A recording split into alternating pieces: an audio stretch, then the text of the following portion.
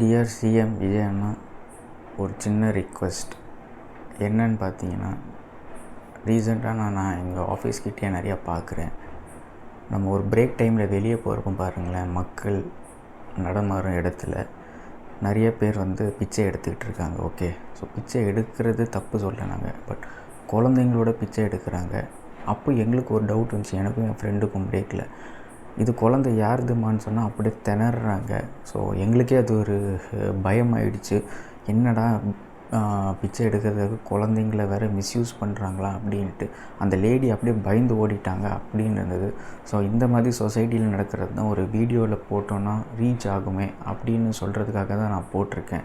So மக்கள் எல்லோரும் இதை ரீச் பண்ணிங்கன்னா, நீங்களே பார்த்துருப்பீங்க, நிறைய பேர் குழந்தைங்கள வச்சு ஏமாற்றி பிச்சை எடுக்கிறாங்க. அதை ஸ்டாப் பண்ணி, ஏன்னா நம்மளுக்கே தெரியாது, நிறைய ஒரு இன்சிடென்ட் இந்த மாதிரி நடந்திருக்கு. மும்பையிலே இங்கே என்னென்னா, ஒரு ஒர்க்கிங் ப்ரொஃபஷனல் பேபி சிட்டரை ஹையர் பண்ணியிருக்காங்க. ஸோ இந்த ஒர்க்கிங் ப்ரொஃபஷனல்ஸ் குழந்தைய நம்பி வீட்டில் விட்டுட்டு போகிறாங்க பேபி சிட்டர். பட் என்ன ஆயிருக்குன்னா, இவங்க இல்லாத டைமில் அந்த பேபி சிட்டர் குழந்தைய வச்சு பிச்சை எடுத்துகிட்டு அதுக்கப்புறம் ஒரு வாட்டி பேரண்ட்ஸ்கிட்டே மாட்டியிருக்கு. இந்த மாதிரிலாம் நடந்திருக்குங்க. ஸோ ஒரு ப்ராப்பர் செக், குழந்தைங்கள மிஸ்யூஸ் பண்ணாமல், சின்ன பசங்களை மிஸ்யூஸ் பண்ணாமல் ஒரு சேஃப் சொசைட்டியாக கொண்டு வரணும். அதுக்கு தான் இந்த வீடியோவை நான் போடுறேன்.